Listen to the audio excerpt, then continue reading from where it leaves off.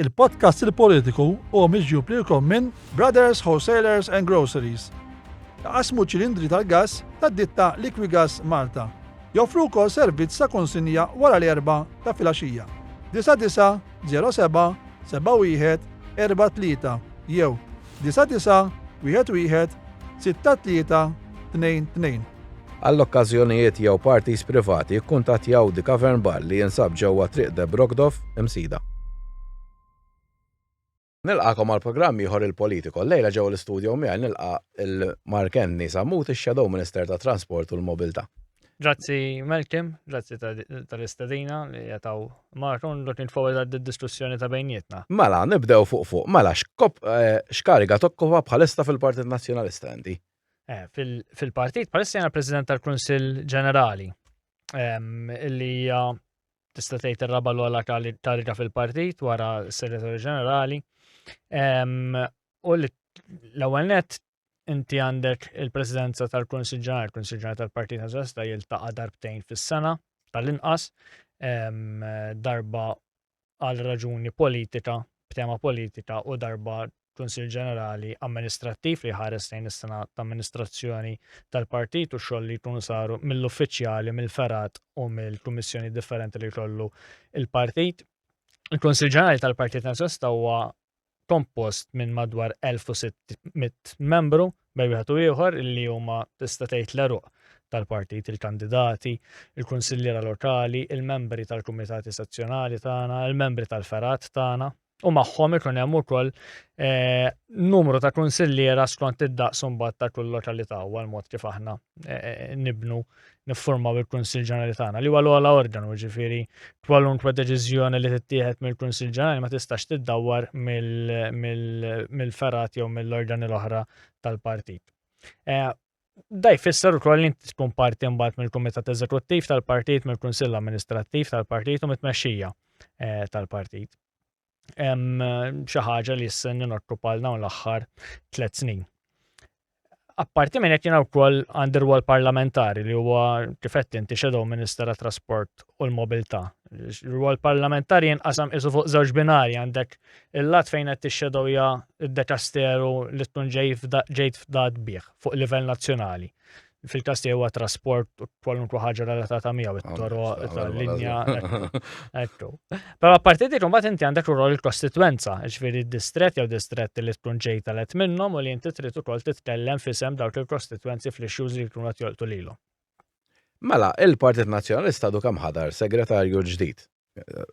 Mela, inti taħseb li s-Sur Bonello jista' jkun dak il-persuna forsi li jaqqat iktar il-Partit Nazzjonalista issa biex fl-elezzjoni li ġejja ġenerali il-Partit Nazzjonalista jkun gvern alternattiv għall-Partit Laburista. Ovvjament issa l-Labor ilu numru ta' snin jirbaħ elezzjoni waħda wara l-oħra, kellna tnaqqis to be fair sostanzjali l-aħħar elezzjoni tal-MPs, però fadal dik id-daqsxejn li biex il-partit ikun fil-gvern.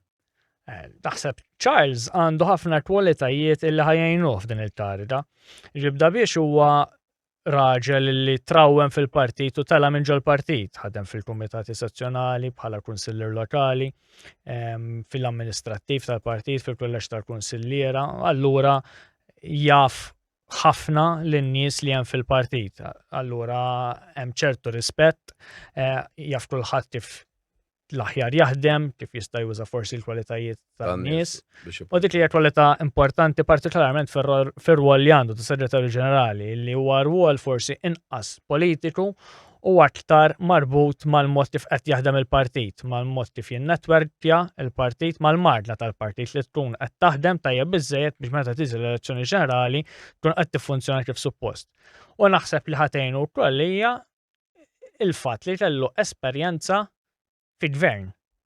Ġifieri hawn min qed juża llum partikolarment il-Partit Laburista qed juża bħala mod kif jattakkah li qisu xi ħaġa ħażina għax kien parti mill-gvern ta' Lorenz Gonzi għax kien fl-uffiċċju privat ta' Lorenz Gonzi. Jien naħseb li dik tista' ttieħ insight importanti speċjalment illum li fil-Partit Nazzjonalista hemm ħafna membri parlamentari ġenerazzjoni ġdida li forsi m'għandniex esperjenza ta' kif jitmexxa l-gvern u kif jaħdem il-gvern illi dik tista' tgħin u tista' tagħti ħafna input. Ġifieri naħseb jiena għandu kwalitajiet illi jistgħu waslu biex il-Partit Nazzjonalista wara li fix-xogħol li sar f'dawn 11-il sena llum ġejna partit li n-nies iħarsu lejna u jgħidu dawn għandhom ċans ikunu fil-gvern. Infatti, hija xi ħaġa li inbidlet fil-formament tan-nies partikolarment wara r-riżultat tas-sena l-oħra. Issa m'għadniex il-partit tal-40,000 u tas-47,000 issa partit ta' 8,000 minn taħt, jiġri partit li bi ftit sforz jista' jkun hemm.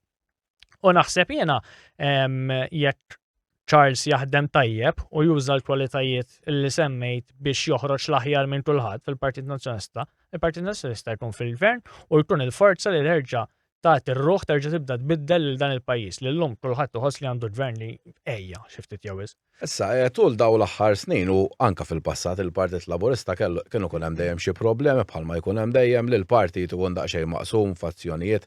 Illum taħseb il-Partit Nazzjonalista huwa maqut bħala partit u speċi differenzi li kien hemm fil-passat waqfu. Iva, u tinħassem barra ġifieri għaddejna minn żmien ta' turbulenzi.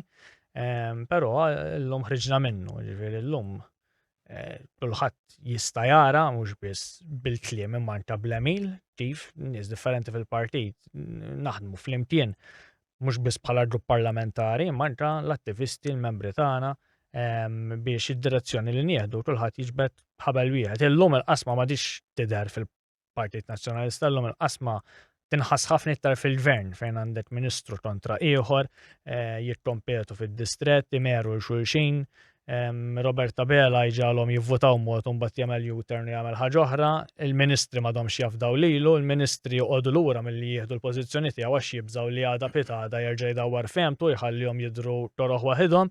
Fimt ġifieri llum naħseb jiena l-affarijiet inqalbu bil-kontra, l-perception m'għadix tinħassem barra li l-Partit Nazzjonalista għandu xi forma ta' firda, llum tinħass fil-Partit Laburista dik il-firda.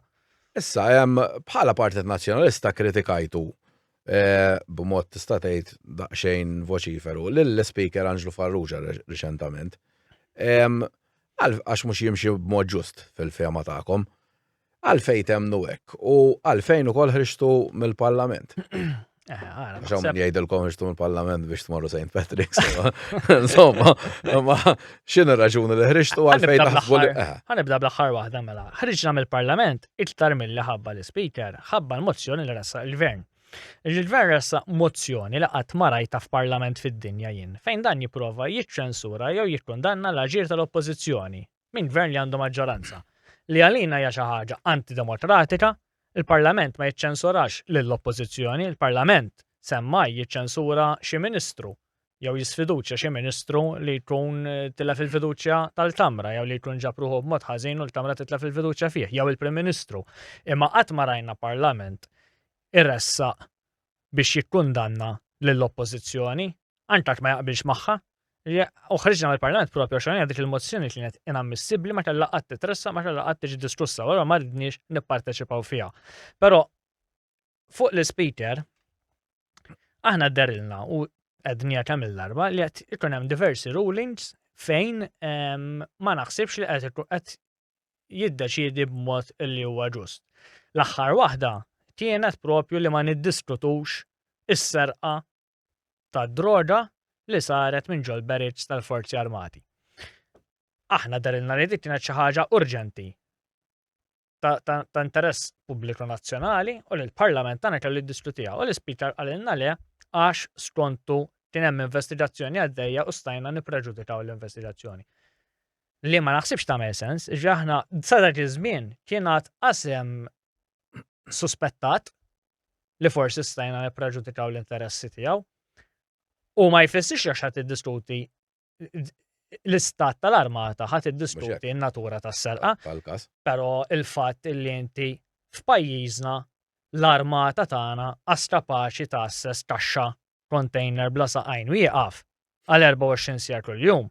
Naħseb hija xi ħaġa li timmerita diskussjoni u li anke timmerita responsabilità politika. Ġifieri issa llum sa ma nagħmlu dal-programm ħareġ ir-rapport tal-inkjesta amministrativa severa l-inkjesta tgħid li f'dan il-każ ma naqasx il-Ministru, ma kienx il-Ministru għas-container. Ħadd ma jgħidlek, imma li l-armata spiċċat f'dal-istat. Għarfej, għax dawn 11-il sena tkellem ma' nies li kienu fl-armata jgħidu li l-aħjar nies telqu. Illum biex inti timxi fl-armata jew tieħu l-promotion li trid tkun tal-qalba jew trid tkun tal-lemt il-Ministru. Intilef kull sens ta' progression fl-armata. Qabel kulħadd kien jaf fl-armata li jekk jiena ninsab din l-iskala u rrid għalli jmiss hemm karriera jiena rrid nagħmel tant snin hawnhekk rrid inġib dak il-kors, rrid forsi mmur nagħmel kors barra u naf li jekk nittikja daw l-affarijiet jiena ħartu nista' nieħu l-promotion li jmissni. Kien hemm progression ċara għal kulħadd illum jgħidu li spiċċat. U allura li l-armata tagħna spiċċat f'dal-istat. Tenna immorru naqra lura. Niftakru kif meta riedu jieħdu over tal-armata l-gvern qabdu 4 minn nies tawhom 5 promotions f'temp ta' 3 ġimgħat biex poġġew il-brigadier u d-deputy commanders li riedu. Ġifieri allura issa l-armata spiċċat f'dal-istat m'hemmx responsabilità politika ta' min ġaba f'dal-istat. Mux tas-serqa persjat, bejt li s-serqa għamla l-Ministru għal-Ares jew kien kompliċi fija, imma li l-armata spiċċat f'dal pajjiż għas kapaċi ta' assess container. L-armata jew s-sigurta moġġana ta' pajjiżna jinżlu l-2 minn nies mill-ajruplan fl-airport joħorġu l-ek mirran u ħadd ma jafx sallum x'sar minnhom. Statement qalu ma jistgħux joqogħdu jiġru warahom ħabba xis-sigurtà fuq da maġina kienu terroristi daw. Mhux hekk. X'kien jiġri. U li l-istess Ministru ftit ilu kellek ħabs fejn mietu 14 ruħ u jibqa' jiddefendi lil-Turunell lil-Kap Gwardjan illi kien hemm sejna forsi jmut wieħed imutu 2 tgħid ġara li ġara ma kienx hemm kontroll imma li qed tibqa' tiġi b'mod ripetut kellha mar fejn imutu 14 biex tinduna li hemm xi ħaġa ħażina li trid tindirizza. L-aspett ir-responsabilità politika hemm qiegħda fuq diversi każi u aħna nerġa' mmur lura sal-Speaker di daridna li kellha tiġi diskussa. U l-Speaker mhux dal-każ biss għalle kien hemm diversi talbiet fil-passat jekk kien hemm il-kwistjoni tal-vitals. Naħseb jien kien hemm xi 6 okkażjonijiet fejn tlabna dibattitu urġenti fuq xi ħaġa nazzjonali li ġrat u l-Speaker għalle hemm raġuni wara oħra. Żana mill-bidu konna votajna kontra l-Speaker, għax di kienet xi ħaġa li kien ġabruħu bl-istess mod anke fil-leġislaturi passati. U mhux għalhekk biss, għax aħna jidrinna li f'kamra fejn għandek maġġoranza ta' 9 siġġijiet, l-Speaker jista' jkun membru parlamentari. Illum forsi drajna bi Speaker minn barra, imma n-norma parlamentari għal l-Speaker ikun membru tal-Kamra. Jitqabbad u mhux hekk. Jitqabbad Speaker minn barra l-Kamra kien meta jkollok maġġoranza ta' siġġu pereżempju, għax ħadd toqgħod tiġi dejjem drob il-casting vote tal-Speaker. Ġifieri kien hemm diversi raġunijiet għal kien darilna li kellu kien hemm anke x'għamel żewġ leġislaturi, ġifieri naħseb li kwalunkwe kariga f'dal-pajjiż wara ammont ta' żmien tajjeb li kien hemm ukoll bidla. Però dawn ir-rulings għandna tinħossu li kienu unfair ħafna u għalhekk għandna ħadna ċertu stands fuq l-Speaker. Però nerġa' issa niġi lura li ħriġna barra mill-Parlament iktar milli ħabba l-Speaker ħabba t-tip ta' mozzjoni li ġi ressaq il-Gvern biex jikkundanna u jiċċensura l-Oppożizzjoni. Ġifieri naħseb huma żewġ ixu forsi peress li ġraw fl-istess ġimgħa u li ċ-ċensura tal-Gvern ġiet frott ukoll il-pożizzjoni li ħadna kontra l-Speaker, forsi jista' jkun li jidhru fl-imkien, però li ħriġna Parlament purament ħabba l-mozzjoni u t-tip ta' mozzjoni li tresqet. Essentu fuq l-Speaker, x'tippretendu ma da li għandu jirreżenja jew li jitkaċċa jew li forsi kjarifika ċertu affarijiet bħalma dek kif semmejt li jisu m'hemmx fairness. Issa, l-AMU jiena nippretendi li jġib ruħu ta' Speaker imparzjali u jkun aktar fair fil-mod kif jieħu deċiżjonijiet. Ftit ilu ġibtlek l-eżempju ta' diskussjoni li waqqaf fuq l-armata, fuq s-serqa ta' droga. Ġimgħa qabel għamil Prim Ministru fil-Parlament, di forsi ftit tajna kasa ta' ma di qatt ma ġrat. Iqum il-Prim Ministru fil-Parlament meta kienet jippreżenta u jiddiskuti l-mozzjoni li qed iresqu l-abbozz li resqu biex ineħħu dritt taċ-ċittadin li jiftaħ l-inkjesti maġisterjali. U l-Prim Ministru jgħid illi għax kif qed jinfetħu l-inkjesti mhux sew u għax jħassranna nies innoċenti li qegħdin il-qorti għal xejn u jsemmi bisimhom nies bħal Edward Xitluna, bħal Chris Fern, il-Perm Search. U da qed jiddikjara il-Prim Ministru qudiem il-Parlament li dawn huma nies innoċenti. Meta dawn huma nies li kien hemm maġistrat li qal illi għandhom jitresqu l-qorti. Kien hemm maġistrat ieħor li qal li għandhom jgħaddu ġuri. U l-ġuri tagħhom għadu qed jistenna biex jibda. Kif qatt jista' jkollna garanzija li ħajkun hemm ġuri imparzjali minn ġurija imparzjali u fair trial jekk il-Prim Ministru ta' pajjiżna diġà ddikjara quddiem kulħadd li dawn innoċenti. U dakinhar l-Speaker ma waqfux. Ma qalux isma' Issa mhux hemm investigazzjoni, issa hemm każ il-qorti, subġudice fuq dawn in-nies. Oqgħod lura milli tiddikjara mhux tagħti opinjoni ta' tiddikjara minn minnhom hu innoċenti u ħati, mhux xogħolok, mhux xogħol il-Prim Ministru jiddikjara minnu ħati jew innoċenti, hija xogħol il-ġurija fil-qorti x'intara l-provi. U hemmhekk u di semmejt anke fid-discharge tiegħi, ma f'ċertu okkażjonijiet jiddeċidi mod, f'okkażjoni oħra ħalla l-Prim Ministru jagħmel li jrid. Problem oħra li nqalak jas fuq kbir ukoll, di li qed issemminti tal-eriti jisu donnu jibdel il-liġi tal-inkjesti maġisterjali. Inti u tista' il-Partit Nazzjonalista u anke partiti oħra qalu li di ħatneħħi ħafna mid-demokrazija li jista' jkun hawn fil-pajjiż. Għalfej taħseb li daqshekk gravi di l-liġi li jrid jibdel. Di mhux il-Partit Nazzjonalista biss ħareġ kontrija kif qed il-partiti l-oħra kollha u magħhom il-Kamra tal-Kummerċ, il-Chamber of SMEs, il-Moviment Graffiti, il-Kamra tal-Avukati, il-Kunsill Studenti Universitarji, tellmu ex-Prim Imħalfin, Joe Said Pulicino u Silvio Camilleri, tellem l-ex-dekan tal-Fakultà tal-Liġi Prof. Sakolina għalla musmar fit-tabu tas-seltna ta' dritt, sejħilha għarfejn. Mela aħna llum inti tista' tmur nibdew minn hemm. Il-bżonn li inti tmur għand maġistrat biex titlob inġesta maġisterjali tħossu meta l-pulizija ma tagħmel xogħolha. Tajjeb, ġifieri kieku idealment għandna pulizija li tinvestiga l-affarijiet. Ma jkunx bżonnu da dritt. Imma f'pajjiż fejn issa qed naraw u għalhekk forsi fil-passat rar intuża wkoll. Għax ħafna drabi l-pulizija kienet foresight kellhom ta' qabilna. Ekku. Li kienu ħajaħsbu għall-eventwalità. Iservi wkoll ta' check and balance. Ġifieri l-famuż sejn ta' żmien ir-Rumani who will guard the guardians. Ġifieri inti trid check and balance. Alright, il-pulizija eżekuttiva jgħid li tinvestigaw tressaq in-nies, imma jekk hemm xi ħaġa ħażina fil-pulizija, min ħajinvestigaw mbagħad. U allura kien hemm dan id-dritt li inti tista' tmur għand maġistrat u tagħmel talba li tinfetaħ inkjesta. Ma tmurx tgħidlu rrid inkjesta u tinfetaħ. Għax il-Prim Ministru qed jipprova jpinġi, għall-Prim Ministru marfu Super One. Għallinna x'inti tista' tmur għand il-maġistrat tgħidlu li jiena sraqt €1,000,000 u f'daqqa waħda jien nispiċċa investigat u ħajti ta' taħt fuq u mressal qorti. Ġib xi profi nimmaġina mhux hekk. U jidbu fuqha tarmenu għabela. Għax Tarmenu Għabela fil-Parlament, fid-debate ta' din liġi stess, beda jgħid u x'kien għamel u minn xi xadda meta kien talab inkjesta 20 ta' snin luqas niftakar jiena fuq il-Fondazzjoni għall-Iskajjel ta' għada.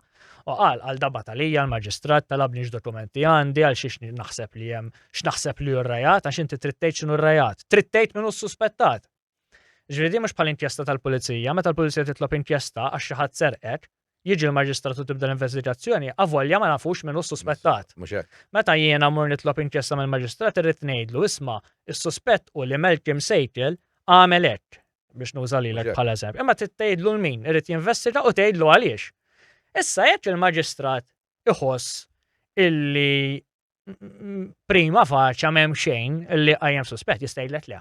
M'hawnx bżonn li. U tenna każijiet, anta reċenti li l-gvern qed jieħu pjaċir isemmi lill-maġistrati qalu le.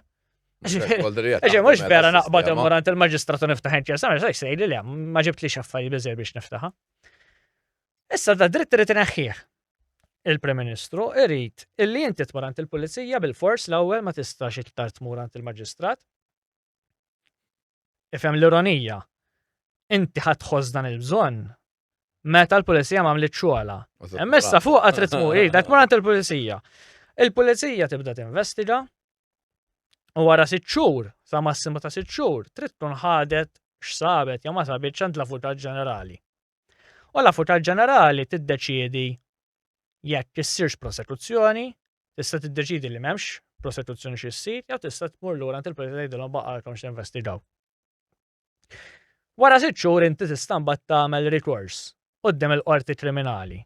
Issa il-gvern qed jiftaħar illi għax issa d-deċiżjoni ħadd tmur quddiem imħallef, mhux quddiem maġistrat ħan elevawha isa ħajt il-dritt takbar issa biha di. U kważi kulħadd qed jirrapporta li issa wara 6 xhur jekk ma jsir xejn, inti tista' mbagħad tmur kważi tagħmel qed isirillhom u tmur tiftaħ din l-inkjesta. Mhijiex hekk. Tista' tagħmel dan ir-rikors quddiem il-qorti kriminali. Sakemm hemm 3 affarijiet. Waħda minnhom hija sakemm l-Avukat Ġenerali ma ddeċidietx li m'hemmx bżonn issir prosekuzzjoni. Ġiet l-Avukat Ġenerali iddeċidiet li jisma' li hawnhekk mhux ħanagħmlu prosekuzzjoni, m'għandekx rikors tappell. ma tistax tmur qudiem il-qorti kriminali titlob li dak li mor biħant il-pulizija ma ġara xejn fuq. U għax hemm deċiżjoni tal-Avukat Ġenerali illi ma ssirx prosekuzzjoni. L-unika triq li jibqalek hija li tiċċallinġja mbagħad dik id-deċiżjoni b'kawża kif qed jagħmlu Repubblika f'kawża li fetħu fuq kontra l-Avukat Ġenerali fuq id-deċiżjoni tagħha li toħroġ nolle prosekwi lin-nies tal-Pilatus Bank li tiddeċidiet.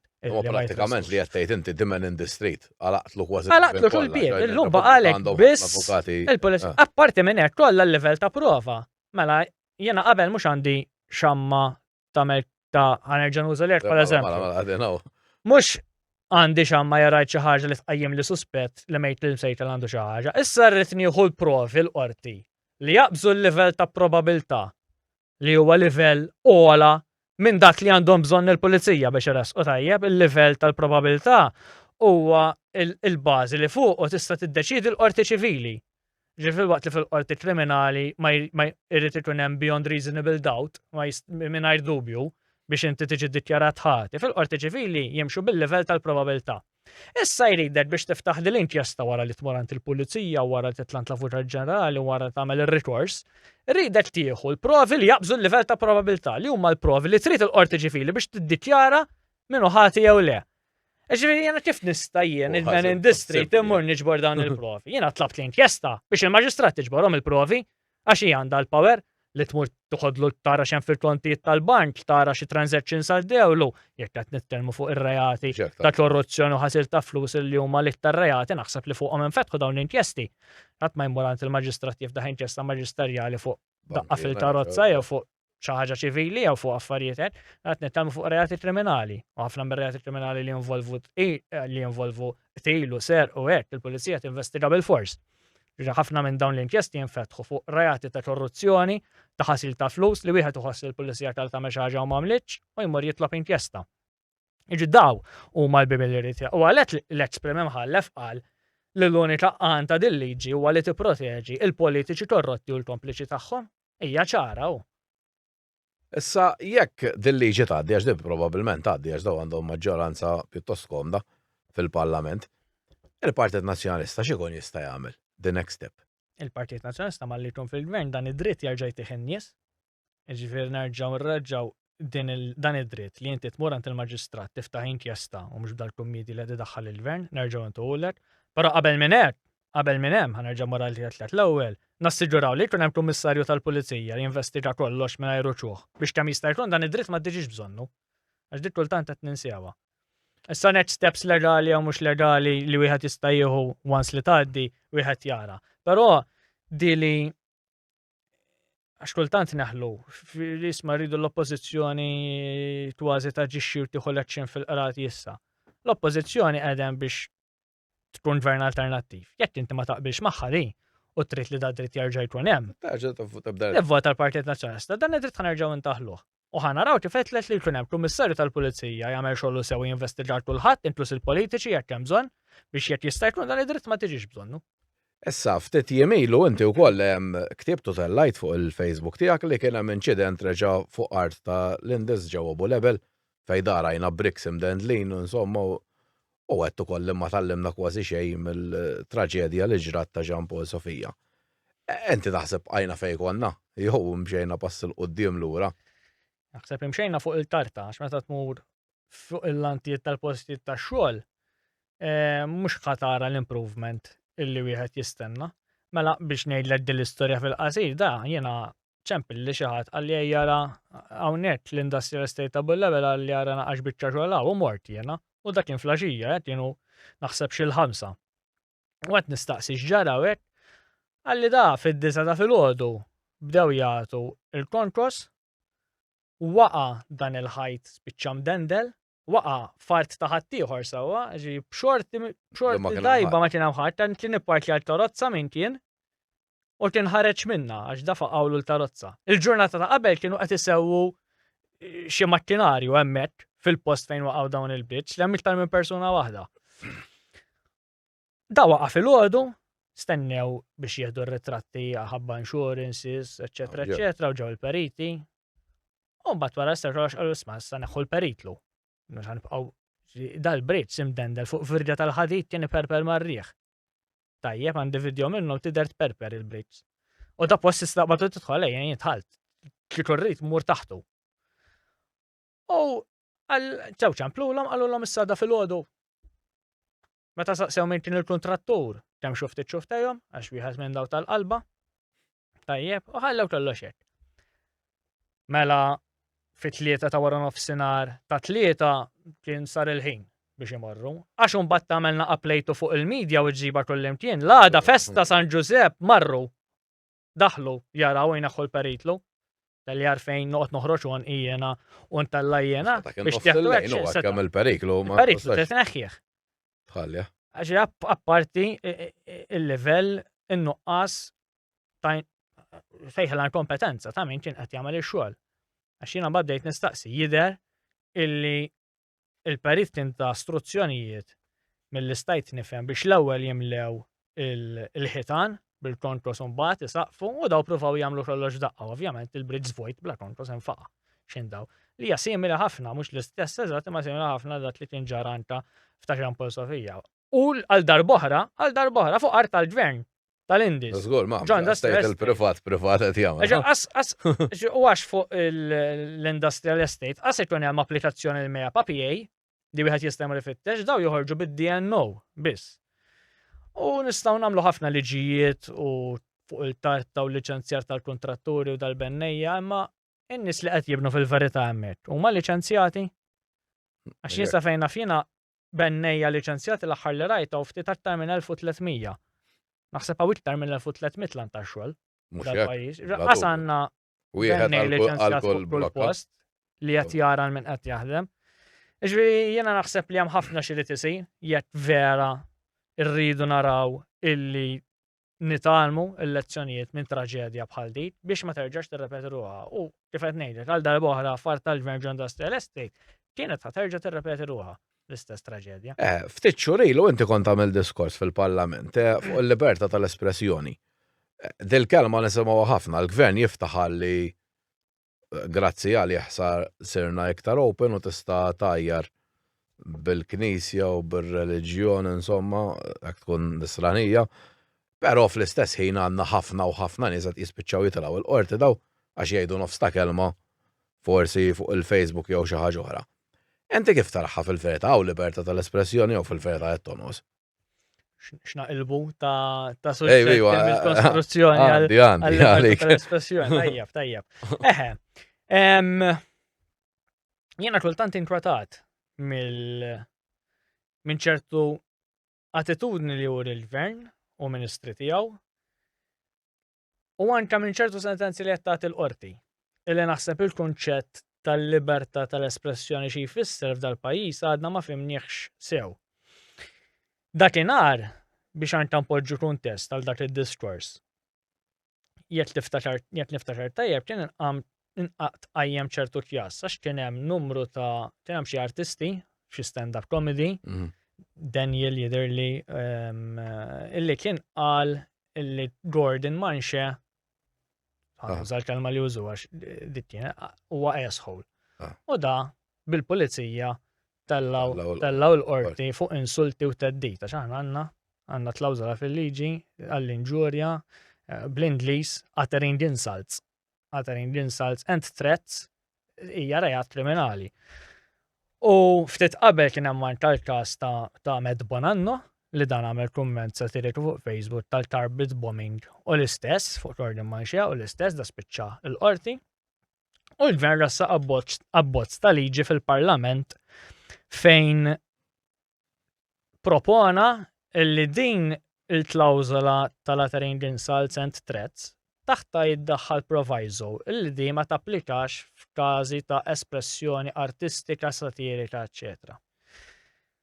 Issa, jiena l-argument tiegħi kien li dritt tal-libertà tal-espressjoni mhuwiex dritt tal-artist, huwa dritt tal-bniedem. Għalhekk huwa wieħed mid-drittijiet fundamentali tal-bniedem. Jiġifieri, ma kienx biss dritt ta' dawn l-artisti li waqt show jgħidu li Gordon Manche asshole, ħankompli nuża dak l-eżempju, setgħu jgħidu anke fl-opinjoni tiegħi f'dibattitu serju. Jekk iħossu li għandhom jgħiduha, Għalfej għax id-dritt tal-libertà tal-espressjoni jinkludi minnu nnifsu id-dritt illi toffendi. Jekk tħossib bżonn. Suppost. Issa, jien mhux qed ngħidlek li offendu xulxin. Jiena naħseb li idealment għandek turi rispett. Mhux hekk kollu jkun hemm bilanċ. Imma r-rispett ma jistax ikun imponut bil-liġi, kellha mhux rispett. Jiena nirrispettak għax nista' ngħajrek. Imma noqgħod lura milli ngħajrek. Tajja rispett qed nażlu jien. Mhux imponut mill-liġi. U li l-libertà tal-espressjoni tinkludi fiha id-dritt li toffendi joħroġ anke mill-Konvenzjoni Ewropea u minn ħafna sentenzi tal-Qorti Ewropea ta' Dritti tal-Bniedem ta' Strasburgu. Jiġifieri inti m'għandek l-ebda dritt li tipproteġi ruħek mill-offiżi. Illi għax dik iddejjaqni u għax dik inħoss li hija offensive twaqqafha. Hija xi ħaġa li qed naraw l-Amerika, l-Ingilterra, il-cancel culture li kollox jekk huwa dak joffendi l-dak u dak joffendi l-ieħor nsiltuh, hija assolutament kontra l-prinċipju tal-libertà tal-espressjoni. Hemm line għall-libertà tal-espressjoni. L-unika line li għandu japplika huwa jekk qed tinċita l-vjolenza, jekk qed tinċita l-mibeda, jew qed tnaqqas mid-drittijiet ta' ħaddieħor għax qed twassal dak li qed tgħid qed jintimida b'mod illi persuna ma tħossix komda aktar tagħmel xogħla pereżempju. Dawk huma l-linji li joħorġu anke mill-Kostituzzjoni tagħna tajjeb, ġieli ma qed nivvinta xejn ta' barra minn hawn. Però l-mod kif qed ninterpretawhom illum fil-liġijiet qed inaqqas mid-dritt tal-libertà tal-espressjoni. U kien hemm diversi sentenzi f'Malta illi jinkwetawni. Pereżempju, fuq l-istess livell ftit ilu. Issa dil-qorti ma ddeċidiet tajjeb naħseb, però għax Ministru derrela illi Felicjan Brinkat fi programm fuq television offendiet il-persuni b'diżabilità meta dak li qalet ma kienx dak li pinġewa li qed tgħid tajjeb. Ħarġet il-Ministru Ġulja Farrugia biex tilaba tal-paladina tal-persuni b'diżabilità u qalet li di għandha titressa l-qort u l-pulizija bdew. Mhux hekk dik l-isbaħ. Pulizija bdew rasquha. Issa l-qorti ħelsitha. U l-Prim Ministru vera kuntent qal illi nħelsitha, ma nafx kif għadu ma keċċix il-Ġulja Farrugia jien li ġraet il-Pulizija Edwazzjoni, ma il-Ministru ħassitha komda tilaba tal-paladina tal-persuni b'diżabilità hemmhekk. Imma ra meta inqabdu li qed jinstarqu l-benefiċċji soċjali tal-persuni b'diżabilità fir-rekett tal-benefiċċji soċjali ma tkellmitx biex tiddefendi drittijiet tal-persuni. Dawk instarqu magħha nies diżabbli. Mhux hekk ara dik komda biex nidru. Però mbagħad kien hemm sentenzi illi inqataw kontra l-individwu. Riċenti kien hemm sentenza fejn żagħżugħ li kien tella mim fuq Facebook ġo grupp magħluq. Jismu Black Humor dal-grupp. Volda li ta' faċi x'dieħel. U da tella ċajta issa li jiena iddejjaqni. U l-addaħħaqni u laqqas nixtieq inxerrida. Meta kien tella ċajta li kienet tivvolvi il-persuni b'Down syndrome.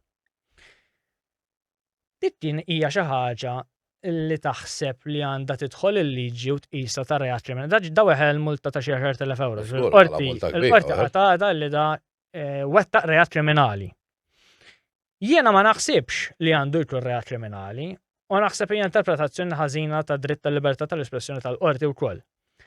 Għax li jagħmel orrajt li dejjaqni u l-ħafna dejjaqhom u kultant forsi antipattu anta taqbeż għal xi ħaġa għax ma naħsibx huma affarijiet li għandek tiċċajta bihom, però dan għamilha poġġu l-kuntest, dan għamilha ġo grupp magħluq tal-Black Humor.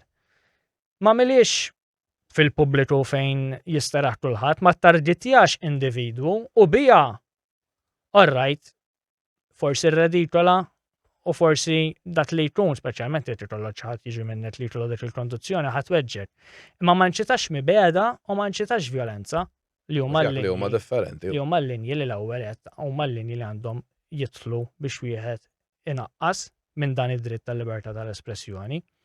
U allura fl-ebda stanza ma nħoss li dak kellu jkun reat kriminali, ħajjieħu l-ġudizzju tan-nies, ħalli n-nies jgħidu kemm hu pasta smissek tistħi u ma jaqblux miegħu u jaqlawlu jekk hemm bżonn, dik daħal għaliha deċida jiċċajta b'dak il-mod.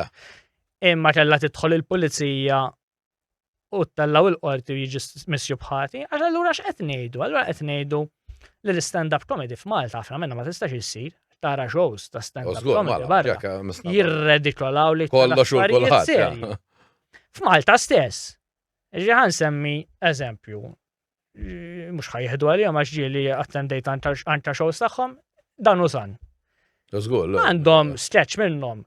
Jaddu żmien wieħed bin-nuċċali bil-kemm jista' Mhux hekk, jara. Ġieli allura għax tkun wieħed- toffendi xi ħadd li ma jarax jew għax jilbes Mhux hekk. nuċċali, allura di qed tattakka l-persuna b'diżabilità hija hate speech u trid tittellaw il-qorti fuqha.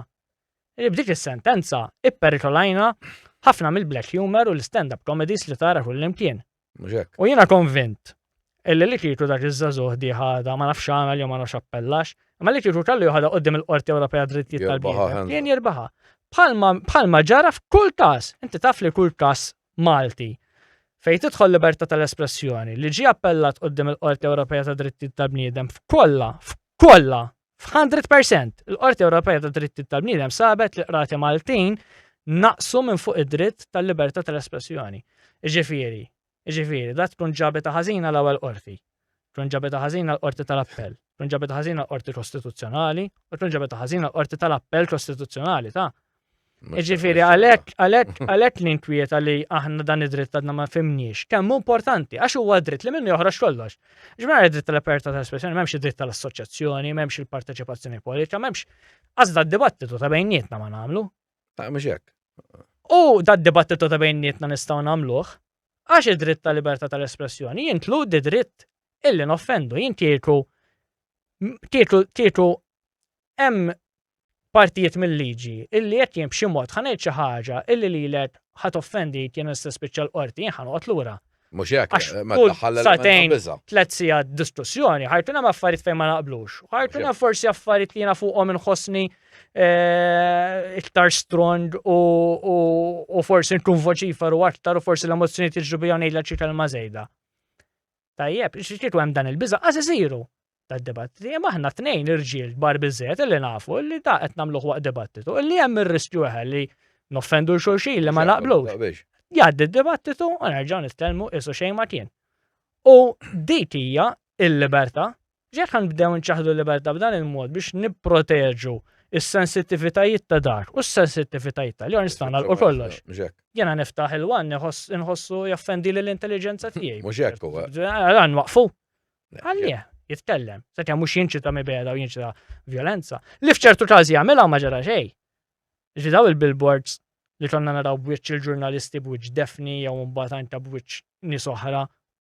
Raġgħu għamluha wara b'wiċċ Manuel Delija biex noħolqu mibeda lejhom. Unxewxu n-nies kontrihom. Dawk huma rejati ta' intimidazzjoni li qed tnaqqas mill-libertà tiegħu li jagħmel xogħlu ta' ġurnalist tajjeb u mingħajr ma jħossu mhux safe. Mhux għax ngħidu ġerdu diskors li kultant vera jista' jinstama' offensiv li kultant vera jista' jweġġel dak jew il-ieħor imma li mhux jinċita mibeda jew violenza. Issa, Volderi, jiena naqbel miegħek ma da kollu li għadek kifet, però di donna li jisa daħlet trend daw l-aħħar snin, mhix is-sabdi di, tal-imbirka politically correct. U spiċċajna l-ewwel bdiet forsi minn razziżmu mbagħad elbet fuq il-gejs u mbagħad elbet u prattikament ġejna kważi ma tista' titkellem fuq xejn għax ħadd insulta l xi ħadd inħin kollu.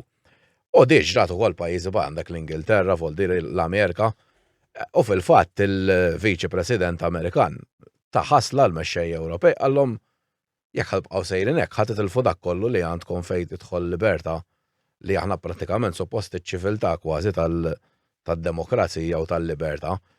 Voldi taħseb li għandu naqra raġun da xina wkoll insegwi barra. Tibda tisma' affarijiet titbella ħaġieli voldi jgħidu nofs ta' kelma, idawru ilhom u jispiċċaw daw jew il-ħabs jew ma jistax jikkontest elezzjoni. Ma naħsibx li issa il-line inqabes u unfortunate li mbagħad meta jinqabes il-line terġa' tmur għall-estrem ieħor li jkun ħażin ukoll. Naħseb li ġara illi in-nies illi kienu jiddefinixxu ruhom bħala liberali tant at a point ħassew illi l-unika mod kif iwasslu l-argument tagħhom kien billi jsiktu Il-ħadd ieħor. il-ħadd ieħor. U jekk dak jgħid xi ħaġa li tista' tiġi interpretata bħala razzista mill-ewwel label, razzist, mill-ewwel omofobiku, mill-ewwel Għanna misoġinu. titlu għal. Mill-ewwel intuħ titlu, nalqulu għalqu, bil-kemm ma nippruvawx insittuh. Illi mhijiex il-konċett tal-liberalizmu propju, tal-libertà tal-espressjoni.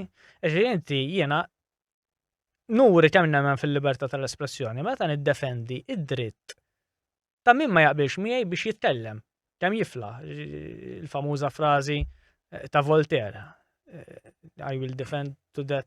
Bħalma kien għamel Partit Nazzjonalista fl-80s ma ta' Mhux hekk, il-Labor seta' jiftaħ il-wan għax il-Partit Nazzjonalista liberalizza xandir waħda mill-affarijiet li għamel meta tala fil-gvern biex min ma jaqbilx miegħu jista' jitkellem.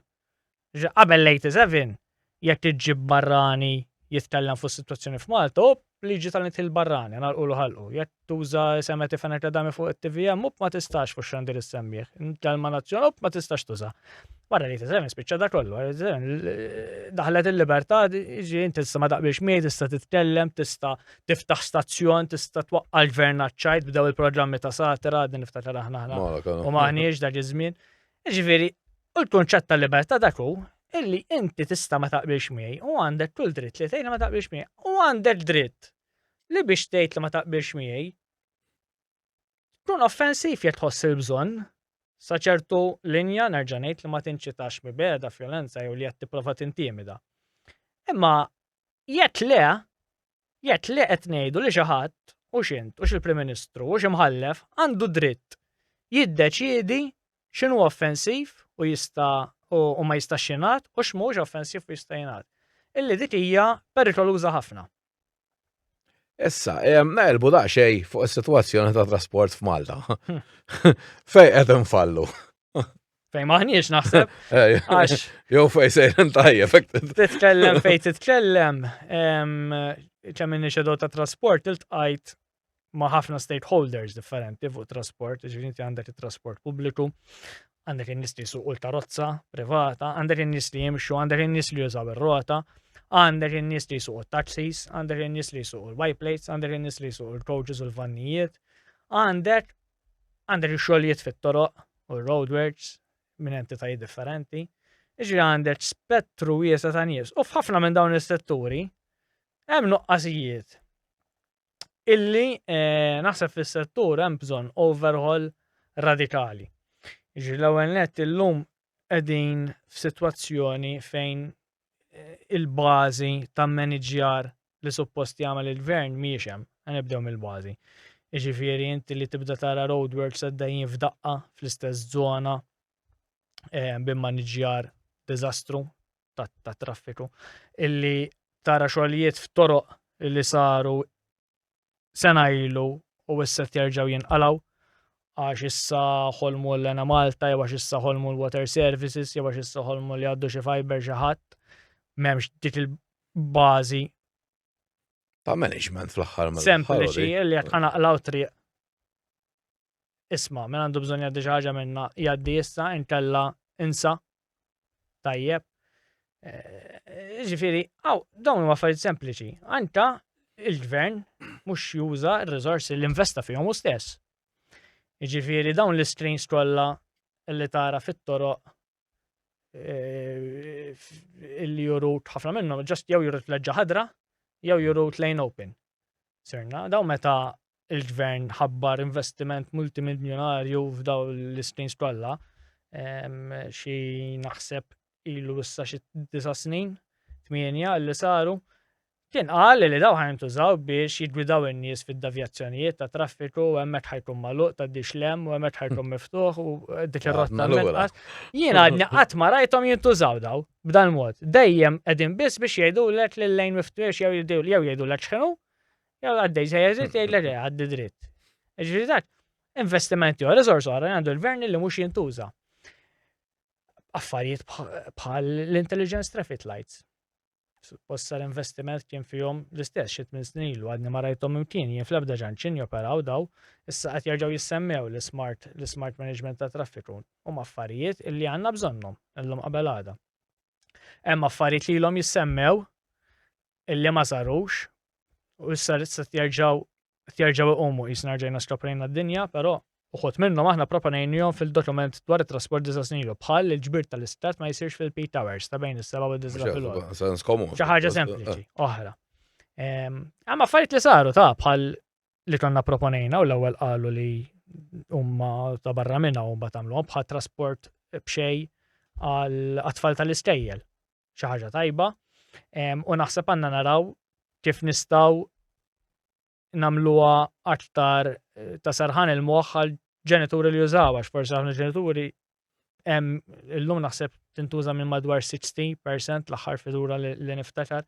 Naħseb hemm min joqgħod lura milli juża għax ċertu vanjiet mhumiex supervised pereżempju. Forsi xi ħaġa li għandna nħarsu lejha. Għandhom affarijiet illi fejn jidħol il-maniġjar sempliċi li huma low-hanging fruits li l-gvern jista' jimplementa malaj. Hemm affarijiet oħra però, ġifieri on the long term irid isir investiment f'xi sistema ta' trasport alternattiv tal-massa illi twaslek minn post tal ieħor f'ħin li tafx ħin tlaqt u tafx ħin wasalt u li m'għandekx dak in-nuqqas ta' sarħan il-moħħ illi ma tafx il-karozza u ġejja għax illum in-nies għalfejn ma jużawx trasport pubbliku mhux għax qabel kont ħalas €1 jisna x'għamel nieħ b'xejn mela allura solvejna l-problema, ħadd ma kien joqgħod lura minn tal-linja ħabba l-prezz. In-nies kienu joqgħdu lura minn tal-linja għax minna li ġejja fid-9 u tad-9 ma ġietx u tad-9 u nofs ġiet tard u flott tlaqt fid-9 tlaqt fl-10 kwart u fejn kellek tasal ma wasalx fil-ħin. Jew għax vjaġġ suppost ħadlek 30 minuta u minn flott ħadlek 50. Ġifieri qabel ma jkun hemm dak is-sarħan il-moħħ tan-nies illi dik is-sistema ta' trasport alternattiv għandha l-ħin xi ħadd titlaq u l-ħin xi ħadd tasal u dak li ħażhom miegħu in-nies qatt ma ħanoħorġuhom mill-karozzi tagħhom biex jużaw dak it-tip ta' trasport. So dik xi ħaġa li trid issir. U hemm affarijiet oħra illi għandna nħarsu lejhom u li naħseb parti mill-problema ikkawżhom il-gvern fiha, pereżempju fejn jidħol is-settur tal-white plates tal-karozzi tal-light passenger cars, huma il-karozzi li waslu n-nies però karozzi żgħar mhux qed nitkellmu fil-vanjiet u l-coaches. Fl-2019 dak għandna madwar 2500 minnhom. Illum hawn fuq 5000. F'dawn il-5 snin daw irdupjaw għalfejn. U kombinazzjoni din il-ġimgħa sar ukoll protest mill-association tagħhom fejn di qed jgħiduha. Saret riforma fl-2019 fejn neħħew dal-gvern neħħa kull kontroll li kien hemm. Mela qabel inti biex kollok white plate, trid ikollok public service garage, inti qed tiddikjara fejn qed il-garaxxjhom, jiġu l-perit, jiġu transport Malta jaraw li vera għandek fejn qiegħdhom tażżewġ karozzi u mbagħad joroġlok il-liċenzja u inti tista' topera. Mill-2019 da spiċċa kollox u inti bdejt biss tagħmel dikjarazzjoni.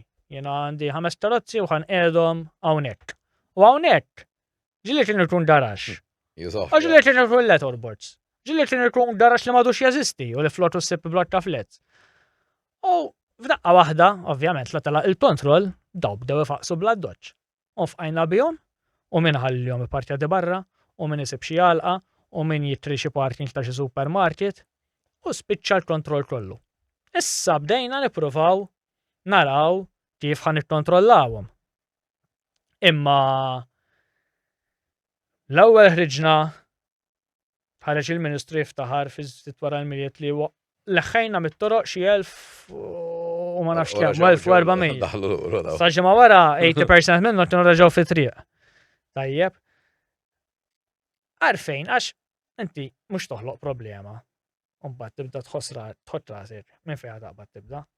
Tepjana qabel Għandu jkun hemm daw spiċċaw bla direzzjoni, ġifieri daw illum jgħidulhom jekk għandek serba karozzi m'għandekx bżonn issa PSG standard garax. L-għada imorru jġaddu l-liċenzja u jgħidulhom ara x'ħad tagħmel sa sena d-dieħla x'ħajkollok bżonnu il-PSG. Ġieli tkellem titħassarhom. Hemm direzzjoni.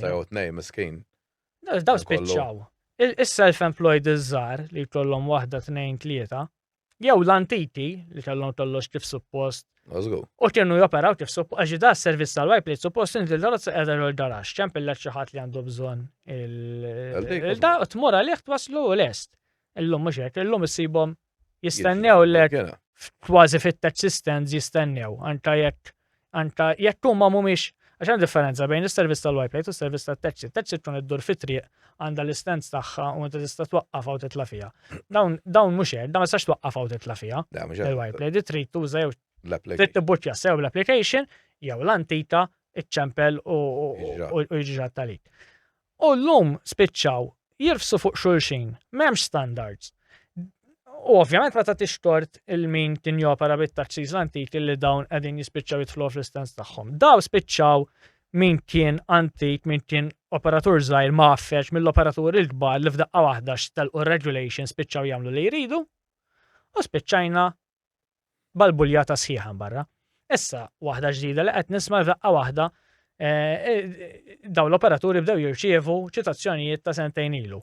U meta tibda tistaqsi għalfejn, issir taf li qabel l-elezzjonijiet tal-Parlament Ewropew għallulhom isma' waqfu ftit. Ma ħarġux iċ-ċitazzjoni. Issa f'daqqa waħda kulħadd qed jirċievi daw l-administrative fines ġieli ta' 100 euro, ġieli ta' 500 euro ta' xi sena u nofs qabel, jew ta' xi sentejn. Issa jiena kif ħan iddefendi ruħi fuq fejn kienet il-tarozza jew x'tant qed nagħmel bija sena u nofs sentejn ilu. Ma tagħmilx sensu.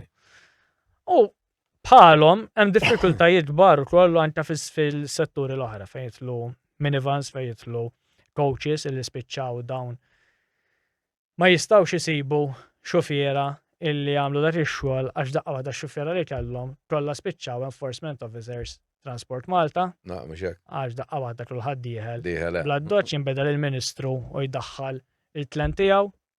Però hemm diffikultajiet oħra fit-toroq tagħna illi naħseb huma serji u għandna nindirizzaw, speċjalment fejn jidħol road safety. Ġifieri llum waħda mir-raġunijiet qala ċertu nies ma jużawx ir-rota jew ma jużawx il-moturi, li l-moturi jistgħu jkunu soluzzjoni f'dal pajjiż. Tkun hemm inċentiv biex int tuża karozza, speċjalment inti li sejri x-xogħol waħdek u sejr lura d-dar waħdek u m'għandek xejn biex jiġġor miegħek. Tuża motor fl-karozza nkunu qed innaqsu t-trafik bil-bil, jekk tkun ħafna li jagħmlu. Ħafna ma jagħmluhiex ħabba l-peritlu. U ċertu peritlu ikkawżat minn xogħlijiet tal-gvern stess. Iġun nuqqas ta' standards fejn jidħol road safety illi tiftaħ trinka u suppost hemm guidelines ta' Transport Malta ilhom bi 2010 sa jekk tiftaħ trinka u di għandha ċertu font trid tkun hemm il-barriers tal-kontrit jew mimlijin bl-ilma biex dak li jkun ma jkunx jista' jinżerġa' fiha.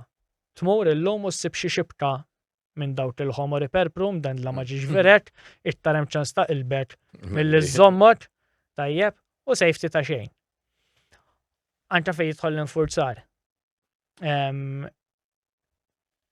Rridu nammettu li għandna numru ta' cowboys fit-triq tajjeb li għalmina li għax għandhom il-tarozza jisu u blood dodge riferidu. Fejn jidħol per eżempju drink driving. Il-pulizija għadha topera b'16 il-breathalyzer test li kienu dawhom b'donation l-Association tal-Insurances. Disa sejta f'PQ. Mindu dawhom donation dil-Association tal-lum, il-pulizija ma investiċ fi breathalyzer biex popolazzjoni li jissar dupjat, f'numru ta' rozzi li jissa taħseb ir-dupjaw minn 20 sani l-olaw, daw għadna għadhom jaħdmu daw l-istess. Għalta ġdida u ta' droga. Issa dik oħra, u dik m'għandniex issa l-apparat biex nittestjaw, ġvien nista' nittestja inti konċett ix-xof li xkun imbit qabel soq, imma ma nistax nittestja konċett tieħu joint kannabis u issa qiegħed stonjat. M'għandniex dak l-apparat. Ejje. Mela, irridu dal-punti kollha li semmejt Voldiri, kellna jisna perjodu li tajjeb jew ħażin it-toroq kienu qed isiru. Mhux ħażin u kellna proġetti pjuttost kbar li saru u f'relattivament żmien qasir, però issa donnu f'daqqa waħda daw l-aħħar 3-4 snin erġajna naf toroq jiena qalaw 3 darbit f'sena 4. X'taħseb li reġa' ġara ma tagħmel sens b'għad ċertu ritmu u f'daqqa waħda issa anke triq letteralment żgħir San Pawl il-baħar jew tmur fejn trid prattikament. Toroq jerġgħu jinqalgħu jalquha wara xahar jerġgħu jinqalgħuha. Jien naħseb hija il-climates ta' meta wara ħafna snin f'ħafna awtoritajiet f'ħafna entitajiet flok jibqgħu tilejn in-nies kompetenti b'esperjenza jibdew tilejn in-nies li għax huma ta' dak il-Ministru, għax huma tal-ieħor. U dak li preferuh fuq dak. U s-siran ta' diskriminazzjoni bejn il-ħaddiema Mhux jekk mhix laburisti jew nazzjonalisti biss, Bejn imma jekk tagħhom mhix stess. il-laburisti ta' dak jew il-laburisti tal-ieħor. U f'daqqa waħda fil-quċċata u fid-decision making ta' ħafna awtoritajiet jibda jkollok nies illi mhux posthom hemm u mhux kapaċi, tiġi fis-sitwazzjoni li qegħdin illum. Li m'hemmx planning, telqa sħiħa u m'hemmx kompetenza. Ġina ma nistax nifhem kif qed issir triq minn Infrastructure Malta, l-entità illi ħadet over li jsiru t-toroq f'dal pajjiż. U tamila ġdida ta' il-wiċċ jgħaddu sena u l-għana Malta issa rridu ngħaddu il-cables għax issa ndunajna li hemmhekk telaw ħafna blokot u m'għadhomx kollha djar ta' żewġ solari u allura rridu nżidu il-capacity. F'daqqa waħda mbagħad tgħaddi sena oħra u jindunaw il-water services li jridu jkabru is-servizz ta' drannaġġ għax issa mhux qed ilaħħaq mal-ammont ta' nies illi hemm. Għalfejn m'hemmx daqsxejn planning bażiku li jisma' ħadd inqala dit-triq. Araw naqra x-xogħlijiet għandkom bżonn li jsiru mhux issa jew għas-sena d-dieħla għal 5 snin li ġejjin. Biex ma nerġgħux naqlawha tal-inqas fil-5 snin sitta li ġejjin. Tajjeb, u l-għana Malta, pereżempju, tax-xogħol kapaċi tagħmlu. L-għana Malta llum għandha informazzjoni fuq kważi kull dar x'qed tikkonsma u tista' tara kull triq x'ammont ta' djar hemm ċans illi jew units, residential units ħajkunu qed jitilgħu fil-5-10 snin li ġejjin minn ċertu planning jista' jsir. Jekk ħadd inqala triq kull min jaf illi għandu bżonn iżid għal capacity li din it-triq ħajkollha bżonn 15 snin oħra jagħmlu f'darba.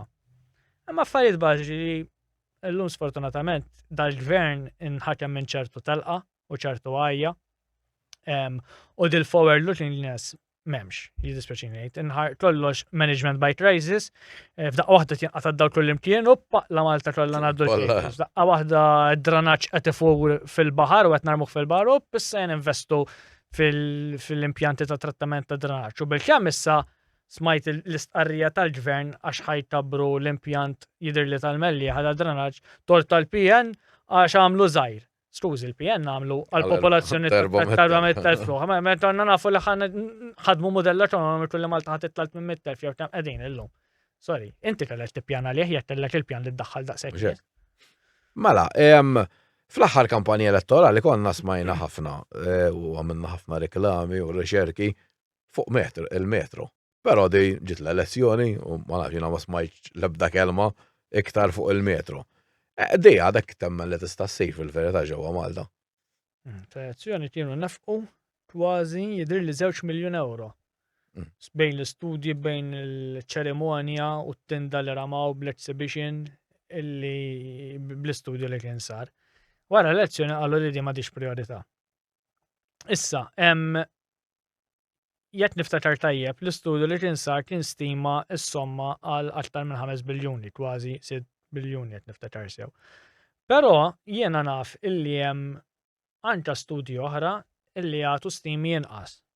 Għalija di, naqa' tibdil fir-rotta, naqa' affarijiet differenti illi wieħed jista' jħares lejhom.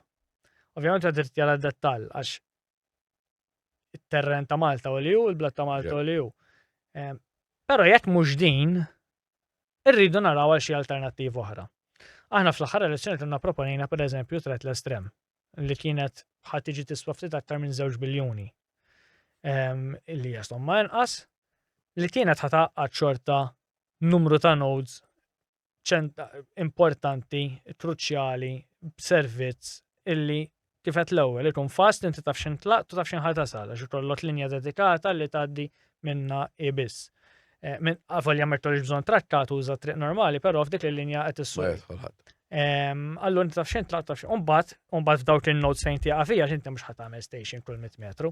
Umbagħad fin-nodes fejn tieqa' fija dik tkun iffidjata mit-trasport pubbliku li għandna llum. U trasport pubbliku flok ikun kollu kważi kif inhullhom ċentralizzat lejn il-belt. Għandek dar reġjun fejn qed tgħaddi din it-tram u din l-erja hija affidjata mit-trasport pubbliku biex inti tista' tmur għal l-station ta' tram bil-karozza tal-linja jew jekk trid bir-rota jew jekk toqgħod qrib timxija, ġifieri irridu naħsbu f'dal kunċetti wkoll ta' multimodal transport.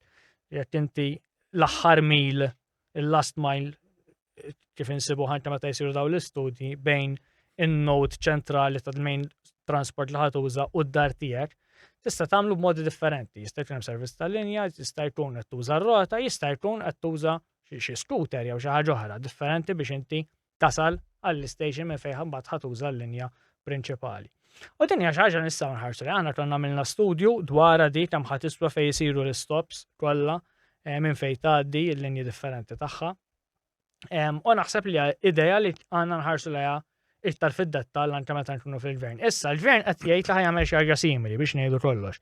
Il-gvern fil-preżentazzjonijiet li kien għamel il-Ministru Bonnet qal qed iħarsu lejn il-BRT, il-Bus Rapid Transport, li hija xi ħaġa simili ħafna, sempliċement flok f'din il-linja tuża tret l-estrem, il-konċett ta' tret l-estrem qed tuża karozzi tal-linja forsi naqra ikbar li jkunu qed jgħaddu wkoll bejn dawn in-nodes ċentrali fuq linji dedikati li hija kunċett simili ħafna. U naħseb jiena xi ħaġa f'din id-direzzjoni trid issir. Għax qabel ma jkollna servizz li jaqgħad il-main nodes tal-pajjiż, b'mod kif qed l-ewwel li taf xejn tlaqtu taf xejn wasalt, qatt in-nies ma ħajtħajru li jisma' biex immur għal post tax-xogħol tiegħi flok nuża l-karozza nuża das-servizz. U aħna hemm nixtiequ naslu, illi mhux das-servizz qiegħed hemm biss għal meta darba sejjer il-belt jew għal meta darba ħiereġ, inti rridu jkun hemm servizz ta' trasport pubbliku li inti tużaħ ta' kuljum għat-traġitt tax-xogħol tiegħek. Però biex tagħmel hekk trid tkun xi ħaġa tista' ssarraħ moħħok fuqha, reliable, taf xejn telqet u taf xejn waslet. Mela, problema oħra li hawn ovvjament qed jiżdiedu t-turisti kull sena li xi ħaġa tajba fl-aħħar mill-aħħar forsi għalkemm nistgħu niddiskutu l-kwalità wkoll tat-turisti li qed ikun hawn. Però di qed toħloq problemi wkoll għall-aċċessibilità li jkun hemm ġewwa Għawdex. Nisimgħu ħafna Għawċin u anke Maltin li biex jitilgħu Għawdex qed jieħdu ammont ta' sigħat kull darba.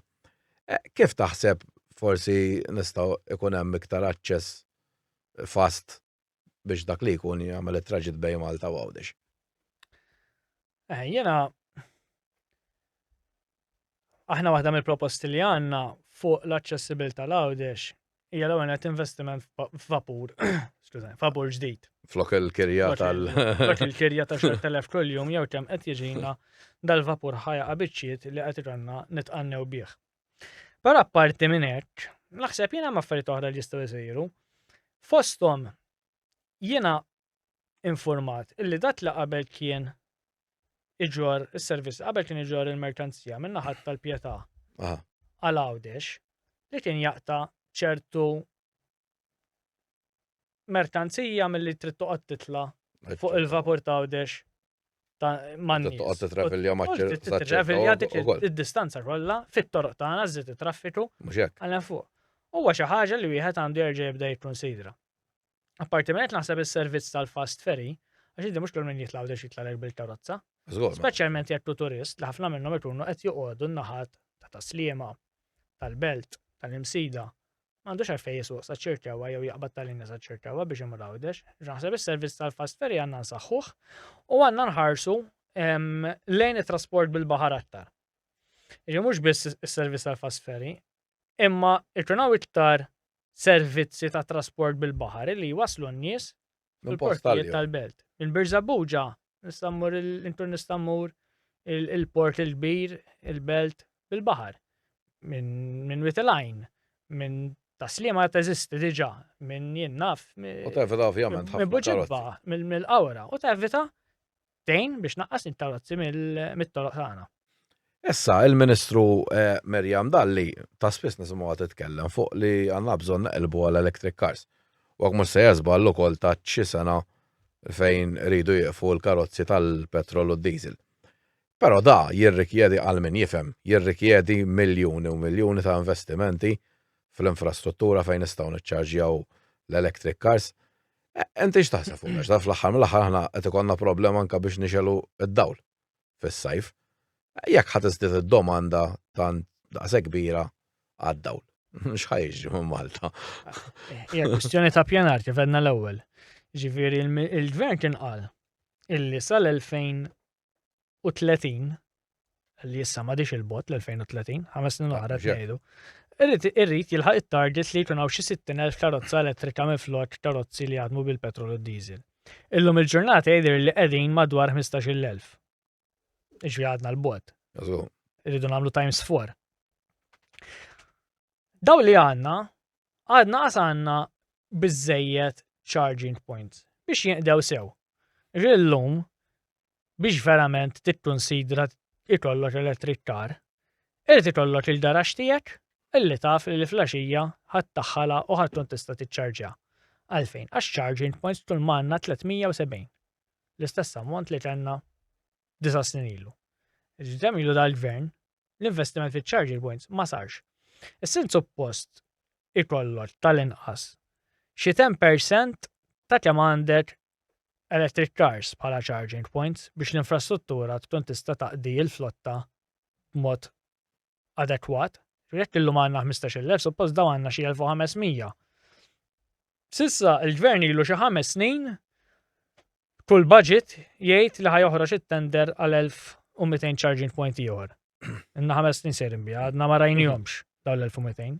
Imma jekk vera trid tilħaq 60,000. Karozza, Karozza sal-2030 da trid 6,000 minnhom biex daw ikunu jistgħu jinqdew u jkunu qed iserv u jkunu qed jużawhom mhux biss nies illi għandhom il-garax, imma anke jekk jiena ngħix f'appartament u nixtieq naqleb fuq electric car, irrid insara moħħi li fil-pajjiż hawn infrastruttura li jekk mort ix-xogħol u sib charging point x'imkien fejn iċċarġja biex taxxaq ħafna minnhom daw.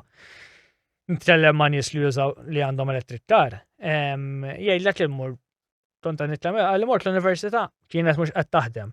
Ma stax niċċarġja qalet u iwa sanda qadja ta' qali mmur niċċarġja hemm għalli mort ta' qali nsib illi ma tinitx qed taħdem laqqas. Għal-magna Għalli tal-PCRS. fil-mosta għalli qed naf li hemm waħda nija għalli mort il-mosta għalli kienet mhux qed taħdem laqqas. Iġi da tlieta li kienet jiltaqa' magħhom f'ġurnat mit-370 li għandna u tlieta sabhom mhux qed jaħdmu.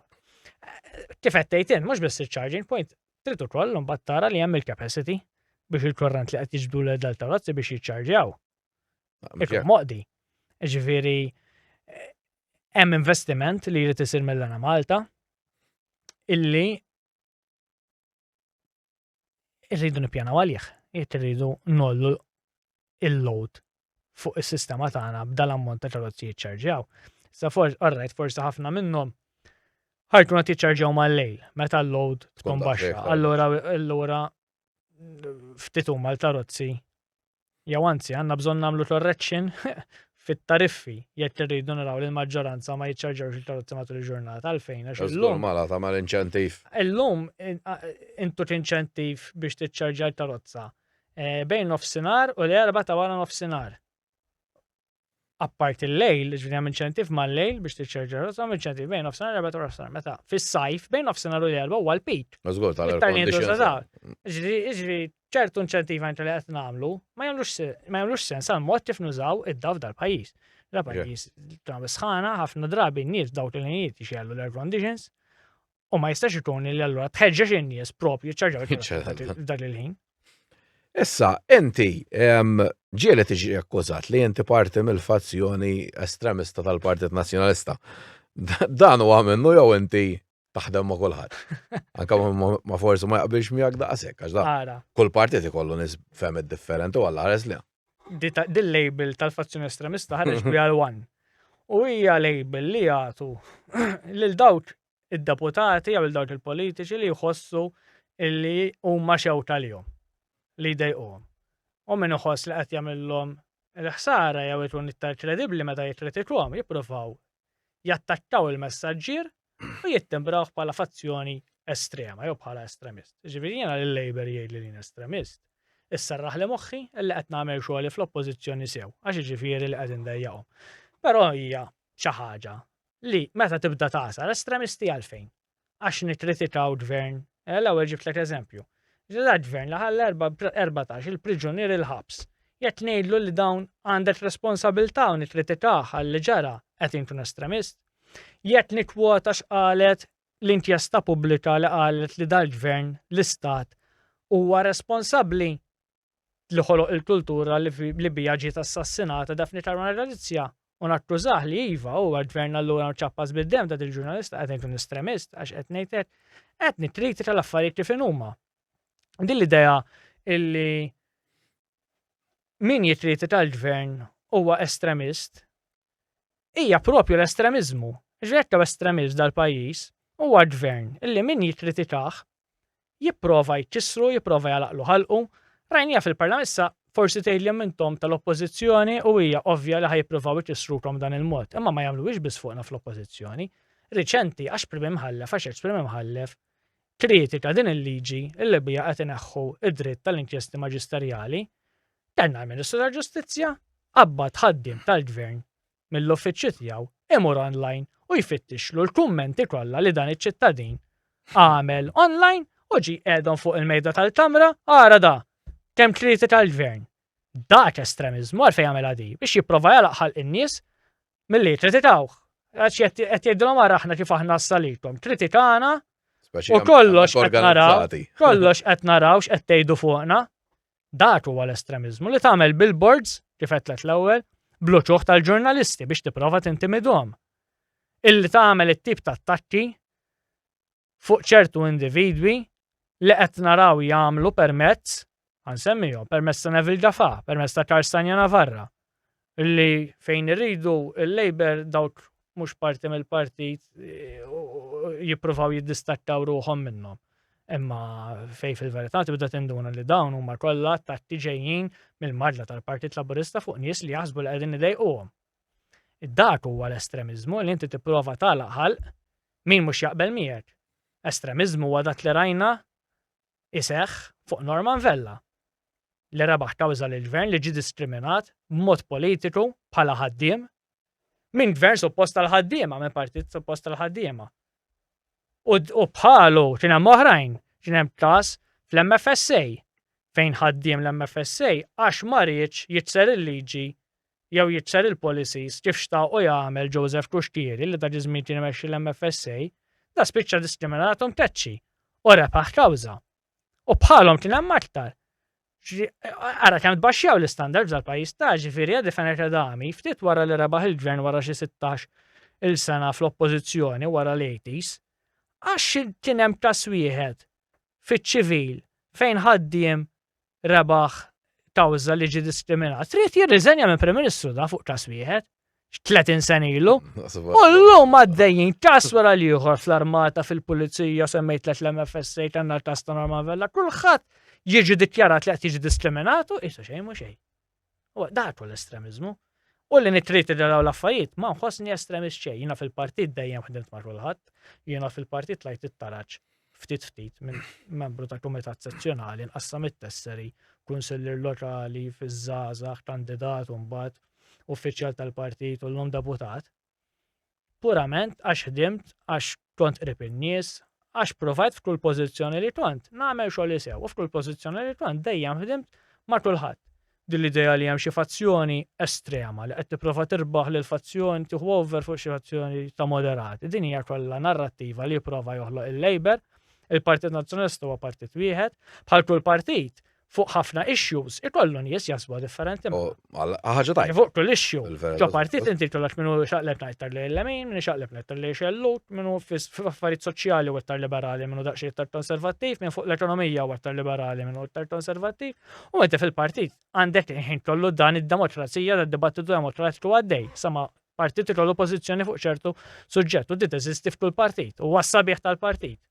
Tajjeb, imma ma jfissirx illi dik hija fazzjoni jiena dejjem fuq kull issue, fuq kull kwistjoni irraġunajt u mbuttajt dak li jien naħseb li huwa tajjeb li huwa fl-aħjar interess tal-partit u tal-pajjiż u laqat ma ħarist lejn din daw il-faċċett nibda naqra fuqhom fil-wan, kultant nibda naħseb qed naqra fuq xi storja tal-fiction għax ninduna. Irrid nagħmel effert biex nirrealizza li qed jitkellmu jew fuqi jew fuq il-partit. Għax hija realtà li qatt mext fil-partit fil-verità. Però huwa label li jużawh mhux biss fuqna, jużawh anke fuq NGOs. Ġiet joħossu li NGO rifsitilhom istallijiet bħalma għamlu fuq Repubblika.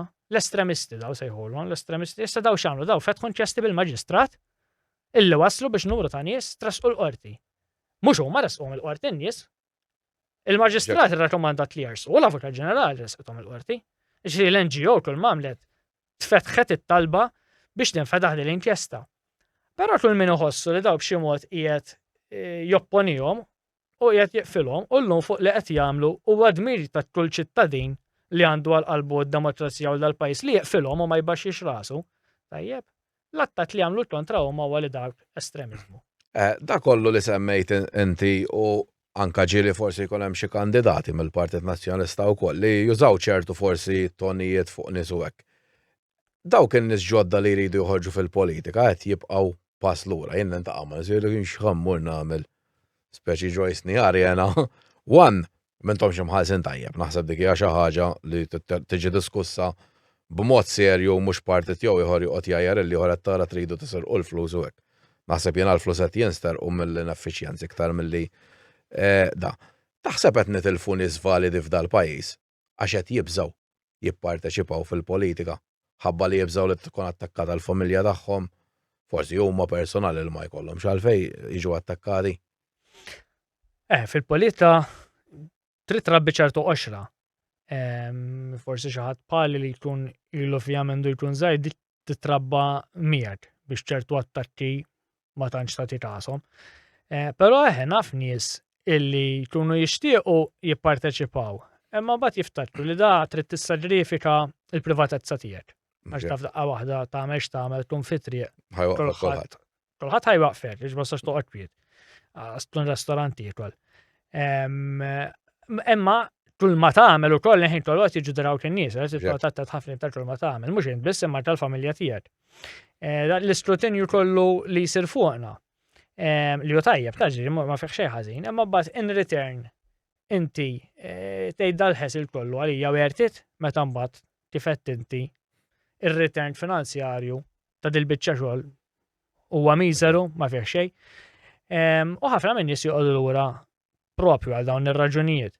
Jiena naħseb illi l-politika tkun imdawra b'ċertu kontroversja u li tkun hemm l-attakki xiftit jew wis hija parti minna u mhux ħajna xxielek telimina għal kollox imkien fid-dinja. Ġan taf l-iktar demokraziji żviluppati. Però naħseb wasal iż-żmien illi l-kumpens tal-politiċi jkun kumpens xieraq anke biex jagħmlu xogħolhom sew. Ġifieri aħna kollha part-timers, konna qed nitkellmu għan taf titħabel proġett. Ġifieri għandi x-xogħol tiegħi mal-privat mid-9 sas-6 u mbagħad b'xi mod fil-ħin li ieħor irrid nlaħħam mal-Parlament, nipprepara ruħi għall-Parlament, niltaqa' man-nies, indur il-kostitwenza, nagħmel l-affarijiet tal-partit u l-miljun ħaġa li fiha l-politika. Ġar fejn dan għadu l-unika pajjiż fid-dinja fejn li tagħmel xogħol kostituzzjonali tal-leġislatur ta' membru parlamentari mhuwiex full-time u mħallas b'mod xieraq u li jkollok ir-riżorsi jgħinuk. Żgur, dik ukoll importanti. Għax inti trid tipprepara, trid tagħmel ir-riċerka kif aħna llum trid tagħmel kollox waħdek jew ikollok volontiera jgħinuk, ma volontiera ammont ta' ħin li tista' titlob minn għandu, ma tistax timponi fuq u dan meta jkun bniedem qed jgħinek, anzi tirringrazzjah tal-li qed jgħinek mingħajr ma jieħu xejn lura. U allura naħseb wasal iż-żmien li jsiru ċertu riformi f'dal aspett, aħna bħala Partit Nazzjonalista ddikjarat mill-Kunsill Ġenerali f'dokument li ħriġna fl-2015 meta propju konna bdejna nitkellmu fuq il-bżonn li nibnu fiduċja ġdida fil-politika, dik kienet pożizzjoni uffiċjali tagħna għada illi l-membri parlamentari għandhom ikunu full-timers. Mhux biss biex ikunu imħallsin sew u biex jagħmlu xogħolhom sew riżorsi, imma anke biex neliminaw ċertu konflitti ta' interess illi jista' jkun li jinqalgħu. Illi inti fil-għaxija qed tilleġisla u fil-għodu inti avukat li qed tipprova tuża dawk il-liġijiet. Illi inti tittamel xogħol ta' perit u fl-istess ħin qed tilleġisla fuq il-kostruzzjoni. Tajjeb da. Ħajkun hemm dejjem istanzi fejn dak li qed tagħmel int fix-xogħol privat tiegħek li trid tagħmlu għax inti ma taqlax tiekol ħajjider jew jiġi perċepit għax mhux dejjem ikun il-każ mod intenzjonat. Ma ġieli kien perception li dak li qed tagħmel huwa b'xi mod jew konfliġġenti max-xogħol leġislattiv tiegħek. Allura biex għal tollox jiġi eliminat dak, għandna naslu fi stadju bħal kull pajjiż ieħor fid-dinja fejn xogħol parlamentari jkun xogħol full time. Però naħseb tajjeb insemmu wkoll għax inti qed il-klima u hekk iżżomm in-nies lura. Jiena tinkwetani mhux biss li żżomm in-nies lura mill-politika, Jiena tinkwetani li qiegħda żżomm in-nies lura wkoll milli jkunu ċittadini. Jiġifieri jiena kemm il-darba niltaqa' ma' xi ħadd. Jgħid li jisma' tkellmu fuqha di, imma jien ma nistax nidher għax naħdem mal-gvern. Inħin kollu, Jew għax it-tifel applika biex jidħol hemm u għax nibża li jpattu ilu. Ġifieri dan, ġili kelli nies jgħidu li jiena insegwit u naqra li tikteb imma aslajt ma nagħmellek. Ħabba għax fejn naħdem ma jgħidux xi. Imma ġifieri dal-pajjiż inti taċċetta li tgħix fi stat fejn inti trid toqgħod lura milli tesprimi ruħek u x'temmen bħala ċittadin. Għax tibża li l-gvern b'xi mod ħajpattijelek. Għalija qed taċċetta li tkun skjaf. Għax li qed tiċċaħħad mid-dritt bażiku li semmejna l-ewwel tal-libertà tal-espressjoni. Għax b'xi mod dal-gvern ħajpattijelek, qed nammettu illi maħniex ngħixu f'demokrazija. U dik tinkwetani kważi iktar minn min joqgħod lura milli jkun politiku. Għandna nies f'dal-pajjiż li qed noqogħdu lura milli nkunu ċittadini qabel ma nkunu politiċi. Mela ħammorru għall-aħħar domanda. Intom illum taħseb li intom gvern alternattiv kieku kellkom tigvernaw u forsi l-aħħar messaġġ ukoll li titgħaddi lin-nies biex jersqu lejn il-Partit Nazzjonalista. Naħseb il-Partit Nazzjonalista f'dawn l-aħħar snin wara illi huwa mhux biss oppożizzjoni soda u li titrid kollu li hemm bżonn titritra fuq li qed jagħmel ħażin il-gvern, imma li llum preparata bil-proposti tagħha, bin-nies tagħha, bl-istrutturi tagħha biex tmexxi dal-pajjiż u tieħdu il-qoddim biex jagħmel il-pass ta' kwalità li jmiss. Ma nistax nibqgħu pajjiż li jiddependi biss fuq il-kwantità, irridu pajjiż li jkollu viżjoni ta' kwalità, ta' standards illi ċ-ċittadin Malti jħossu jista' jgħix fl-istess standards u fl-istess kwalità ta' ħajja li jgħixu ċittadini oħra f'pajjiżi aktar żviluppati minna f'pajjiżi Ewropej. Aħna ma tħannix l-Unjoni Ewropea biss għall-isem fuq il-karta, imma biex ikollna l-istess standards u l-istess kwalità ta' ħajja ta' ħutna l-Ewropej. U l-Partit Nazzjonalista lest li jagħmel dik il-qabża ta' kwalità. Jiena nappella lin-nies jagħmlu d-differenza bejn dak li nipproponu aħna, bejn dak li ngħidu aħna u bejn dak li rresqu fil-Parlament aħna anke kif għamilna fil-ġimgħat li għaddew proposti fuq l-olli tal-ħajja, fuq affarijiet oħra li joqtu n-nies fil-ħajja tagħhom ta' kuljum. U jagħmlu differenza bejn gvern li jiġi fil-Parlament u għaxu gvern li għajja, għaxu gvern illi ma ċandu rieda li biddel l-affarijiet, l-unika rieda li għandu l-lum hija biss li jipproteġi lilu nnifsu u jipproteġi l-dawk minnu illi naqsu li serqu. Allura fil-Parlament ma jiġix biex jgħib il-kwalità tal-ħajja tan-nies, jiġi biex jipproteġi lilu nnifsu. U jien naħseb in-nies hemm barra issa jindunaw li dal-pajjiż għandu bżonn bidla, għandna ħafna setturi, semmejna trasport, semmejna l-olli tal-ħajja, ma semmejniex l-edukazzjoni, ma semmejniex is-saħħa, ma semmejniex tant oqsma oħra fejn in-nies qed iħossu li dal-gvern mhux qed jirnexxielu jtihom il-kwalità tal-ħajja illi jixirqilhom. U wasal iż-żmien li issa wara li jilna 12 ħankun minna 15-il sena taħt it-tmexxija tal-Gvern Laburista dal-pajjiż jagħmel bidla u jkollu gvern li għandu r-rieda li jmexxi l-affarijiet il qudiem. Mark, nirringrazzjak ħafna tal-li kont magħna u diskussjoni interessanti li kellna u forsi jekk allajrit il qudiem nerġgħu nintaqgħu niddiskutu affarijiet oħra. Bil-qalb kollha. Nirringrazzjakom tal-li kontu magħna llejlu nħeġġixkom biex tarawna wkoll il-ġimgħa d-dieħla. Grazzi ħafna.